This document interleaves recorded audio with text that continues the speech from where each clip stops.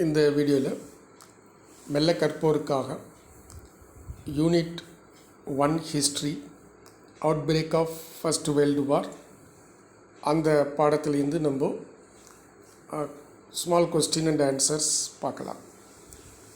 How do you assess the importance of Sino Japanese war? சீனாவிற்கும் ஜப்பானுக்கும் நடந்த போரின் முக்கியத்துவத்தை மதிப்பிட வேண்டும். ஒரு சின்ன ஹெட்டிங் கொடுத்துருங்க. சீனோ ஜாப்பனீஸ் வார்.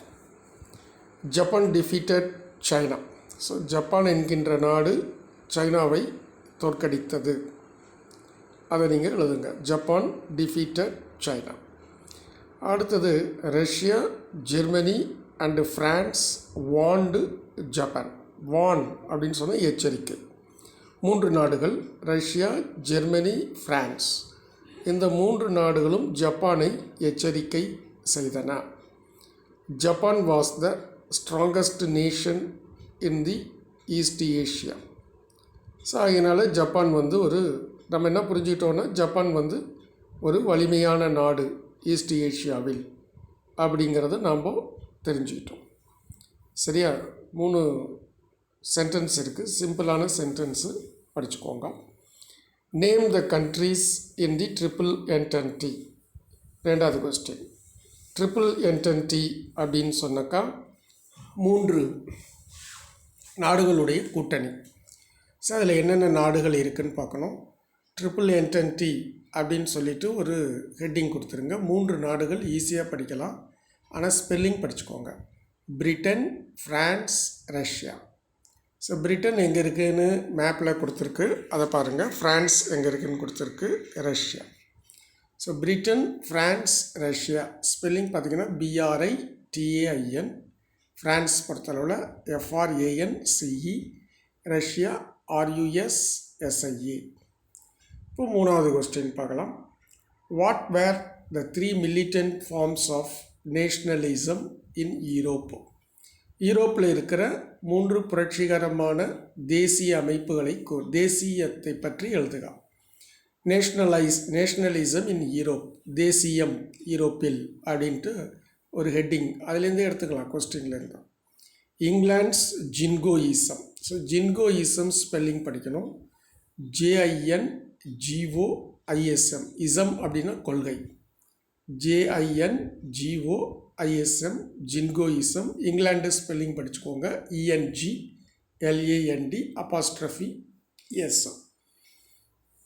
அடுத்து ஃப்ரான்ஸ் சாவனிஷம். ஃப்ரான்ஸ்க்கு FRANCE''S. சாவனிஷம் CHAUVINISM. நான் படிக்கிற மாதிரி படிச்சிங்கன்னா ஸ்பெல்லிங் மனசுக்குள்ளே வரும். CHAUVINISM. France chauvinism. Germany's kultur. GERMANY''S. Germany. Kultur is என்ன ஸ்பெல்லிங்? KULTUR. சரியா? இது 3 தான் இருக்குது. இது மொத்தம் 6 வேர்ட்ஸு தான் படித்து எழுதிருங்க. Question number 4. What do you know of trench warfare? Trench warfare பற்றி உங்களுக்கு என்ன தெரியும்னு கேட்குறாங்க. Troops dug trenches. ட்ரூப்ஸ் அப்படின்னு சொன்னால் இராணுவம். டக்குன்னா தோண்டுதல், ட்ரென்ச்சஸ்னா பள்ளம். ட்ரூப்ஸ் பள்ளத்தினை தோண்டினார்கள். Troops dug trenches. It saved soldiers from enemy firing. So இப்போது சோல்ஜர்ஸ் அப்படின்னா வீரர்கள். வீரர்களை எனிமி ஃபயரிங் அப்படின்னு சொன்னால் துப்பாக்கிச்சூடு. எதிரிகளின் துப்பாக்கிச்சூட்டில் இருந்து சோல்ஜர்ஸ் வீரர்களை காப்பாற்றியது. புரியுதா? It saved soldiers from enemy firing. Food, ammunition, fresh troops, mail and orders are were delivered. So அந்த பாதை வழியாக என்னென்னலாம், அது ஒரு பாதை மாதிரி இருக்குது. அந்த பாதையில் என்னென்னலாம் அனுப்புகிறாங்கன்னா, உணவு, அம்யூனிஷன்னா ஆயுதம், ஃப்ரெஷ் ட்ரூப்ஸ்னால் புதிய இராணுவம். பழைய இராணுவம் ஓய்வெடுக்கிறதுக்கு, புதிய இராணுவம் போர் புரிவதற்கு. அடுத்தது மெயில். மெயில்னால் தபால், ஆர்டர்னா உத்தரவுகள். இவைகள் எல்லாம் டெலிவர்டு அப்படின்னா கொடுக்கப்பட்டனா. What was the role of Mustafa Kemal Pasha? Mustafa Kemal பாஷாவின் பங்களிப்பு என்ன? சரியா? Kemal Pasha played a role for the rebirth of Turkey. Rebirth அப்படின்னா டர்க்கி என்பது ஒரு நாட்டோட பேர். அது மீண்டும் எழுவதற்கு played a role அப்படின்னா முக்கிய பங்காற்றினார். Kamal Pasha played a role for the rebirth of Turkey. He modernized and changed Turkey. ரீபர்த்னா என்னன்னு கேட்டிங்கன்னா மாடர்னைஸ்டு, நவீனப்படுத்தினார். சேஞ்சுடு அப்படின்னா துருக்கியை மாற்றினார். சரியா? அடுத்தது list out any 2 causes for the failure of the League of Nations. League of நேஷன்ஸினுடைய தோல்விக்கான 2 காரணங்களை கூறுக அப்படின்னா, it appeared an organisation of victorious nation of the first world war. So first world வார்னா முதல் உலகப் போரில் விக்டோரியஸ் நேஷன்னா வெற்றி பெற்ற நாடுகள். சரியா? Victorious nation of the first world war, வெற்றி பெற்ற முதல் உலகப் போரில் வெற்றி பெற்ற நாடுகள். விக்டோரியஸ் ஸ்பெல்லிங் பார்த்துக்கோங்க, VICTORIOUS, விக்டோரியஸ். ஸோ ஆர்கனைசேஷன்னா அமைப்பு, அதுக்கும் ஸ்பெல்லிங் பார்த்துக்கோங்க, ORGANI, எஸ்ஸும் போடலாம் இசட்டும் போடலாம், ZATION. அப்பியர்டுனா காட்சியளித்தது, APPEARED. It appeared as an organization of victorious nations of the First World War. It lacked the military power. military powerனா இராணுவ வலிமை. ஸோ இராணுவ வலிமை லீக் ஆஃப் நேஷன்ஸிடம் இல்லை. It lacked the military power. It could not enforce decisions. decisions அப்படின்னா முடிவுகள்.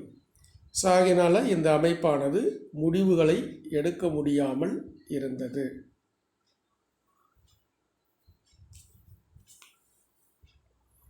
அடுத்தது detailed question and answers. இப்போ இது படிக்கலாம். Discuss the main causes of the first world War. முக்கியமான காரணங்கள் என்ன? உலகப்போருக்கு முக்கியமான காரணங்கள். த மெயின் காசஸ் அப்படின்னு போட்டுருங்க. தேர் வர் 2 armed camps. 2 பிரிவுகளாக பிரிந்தன. ஆர்ம்டு அப்படின்னா ஆயுதம் தாங்கிய 2 பிரிவுகளாக இருந்தன யூரோப்பில். சென்ட்ரல் பவர்ஸுங்கிறது ஒன்றோட பேர். Central powers were Germany, Austria Hungary and Italy. சரியா? சென்ட்ரல் பவர்ஸ் நாடுகள் வந்து ஜெர்மனின்னு ஒரு நாடு, ஆஸ்ட்ரியா ஹங்கேரின்னு ஒரு நாடு, இட்டலி அப்படின்னு ஒரு நாடு. ட்ரிபிள் என்டென்டி அப்படின்னா அது ஒன்று, பிரிட்டன், ஃப்ரான்ஸ் அண்டு ரஷ்யா. அடுத்தது இங்கிலாந்து. நீங்கள் 2 மார்க்கில் படித்தது அப்படியே எழுதலாம். England's jingoism, France chauvinism and Germany's kultur were the militant forms of nationalism. இவைகளெல்லாம் புரட்சிகரமான தேசிய அமைப்புகள், அதாவது தேசப்பற்று அமைப்புகள். கெய்சர் அப்படிங்கிறது ஜெர்மனி நாட்டு ராஜாவோட பேர். Geyser, KAISER. Geyser wanted that Germany would be the leader of the world. Germany தான் இந்த உலகின் தலைவராக இருக்க வேண்டும் என்று விரும்பினார். Archduke Franz Ferdinand was அசசனேட்டட்.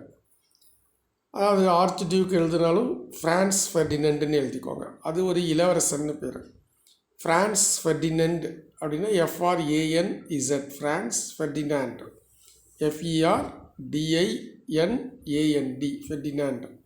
அசசனேட்டட்னா கொல்லப்பட்டார்னு அர்த்தம். அசசனேட்டட் இதுக்குள்ளே ரொம்ப ஈஸியான ஸ்பெல்லிங்கும். ASS, திரும்பி அதையே எழுதுங்க, ASS, I போட்டுக்கோங்க, NATED, assassinated. Germany declared war on Russia and France. Germany நாடு ரஷ்யா மீதும் ஃப்ரான்ஸ் மீதும் போர் தொடுத்தது. Britain entered into the war. பிரிட்டிஷும் அந்த போரில் ஈடுபட்டார்கள். அவ்வளோதான். அடுத்தது highlight the provisions of the treaty of Versailles relating to Germany. So ஒரு ஒப்பந்தத்தோட பேர் ட்ரீட்டி ஆஃப் வெர்சலிஸ். வெர்சலிஸ்ங்கிறது ஒரு ஊரோட பேர். ஸோ அந்த ஊரில் ஒரு ஒப்பந்தம் எழுதப்பட்டது.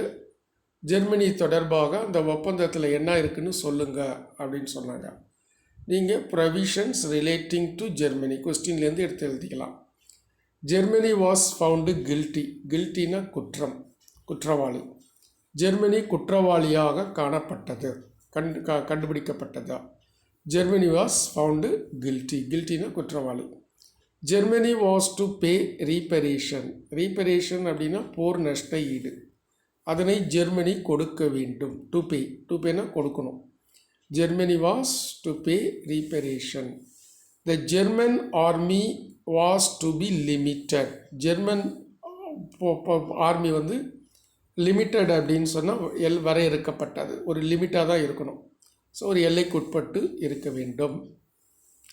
த union of Austria and Germany was forbidden. யூனியன்னா இரண்டு நாடுகளும் ஒரு கூட்டணி அமைப்பது. ஆஸ்ட்ரியாவும் ஜெர்மனியும் கூட்டணி அமைப்பது தடை செய்யப்பட்டது. ஃபர்பிடன்னா தடை செய்யப்பட்டது. அடுத்து பார்த்திங்கன்னா ஆல் ஜெர்மன் காலனிஸ், அனைத்து ஜெர்மன் காலனிகளும் பிகேம் மேண்டேட்டட் டெரிட்டரிஸ். ஸோ அந்த டெரிட்டரிஸ்லாம் லீக் ஆஃப் நேஷன்ஸினுடைய கட்டுப்பாட்டுக்குள் வந்தது. All German colonies became mandated territories under the League of Nations. Alsace and Lorraine was returned to France. ரெண்டு ஊர் அல்சாஸ் லொரைன், இது ஃப்ரான்ஸிடம் ஒப்படைக்கப்பட்டதா. இப்போ மூணாவது கொஸ்டின் பார்க்கலாம். மூணாவது question, estimate the work done by the League of Nations pointing out the reasons for its failure. So League of Nations என்ன வேலை செஞ்சுது, தோல்விக்கான காரணங்களை கூறுகா. ஸோ இப்போது the League of Nation was successful in 3 issues. சக்ஸஸ்ஃபுல்னால் வெற்றி, இஷ்யூஸ்னால் பிரச்சனைகள். லீக் ஆஃப் நேஷன்ஸ் 3 பிரச்சனைகளை வெற்றிகரமாக முடித்தது. முதல் பிரச்சனை, dispute between Sweden and Finland. It was solved. ஸ்வீடனுக்கும் ஃபின்லாண்டுக்கும் இடையே உள்ள பிரச்சனையானது தீர்க்கப்பட்டது. சால்வ்டுனா தீர்க்கப்பட்டது, டிஸ்பியூட்னா பிரச்சனை. எந்தெந்த நாடுகளுக்கு, ஸ்வீடனுக்கும் ஃபின்லாண்டுக்கும். So dispute between Sweden and Finland was solved. ரெண்டாவது பிரச்சனை பாருங்கள், it solved dispute between Poland and Germany. போலந்து நாட்டுக்கும் ஜெர்மனி நாட்டுக்கும் இடையேயான டிஸ்பியூட் தீர்க்கப்பட்டது. அடுத்தது Germany invaded Bulgaria, Greece invaded Bulgaria. கிரீஸ்னு ஒரு நாடு இன்வேடட் அப்படின்னா பல்கேரியா மீது போர் தொடுத்தது. It ordered ceasefire. சீஸ்ஃபயர்னா ஸ்டாப், அதாவது போரை நிறுத்து. சீஸ்ஃபயர்னா நிறுத்துறது, நிறுத்திடுங்க, சண்டையை நிறுத்துங்க அப்படின்னு லீக் ஆஃப் நேஷன்ஸு உத்தரவிட்டது. இட்டு பிளேம்டு கிரீஸ், கிரீஸை குற்றம் சாட்டியது. Locarno treaty brought peace to western Europe. ஒரு ஒப்பந்தம், அந்த ஒப்பந்தத்தோட பேர் லொகார்னா ட்ரீட்டி. பிராட்னா கொண்டு வந்தது, பீஸ்னா அமைதி. வெஸ்டர்ன் யூரோப் மேற்கு ஐரோப்பாவில் அமைதியை லேட்ரன் ட்ரீட்டி கொண்டு வந்தது. இவ்வளோ தான், ரொம்ப சுலபமாக இருக்கும். படித்து பாருங்கள், படித்து பார்த்துட்டு எழுதுங்க. தேங்க்யூ.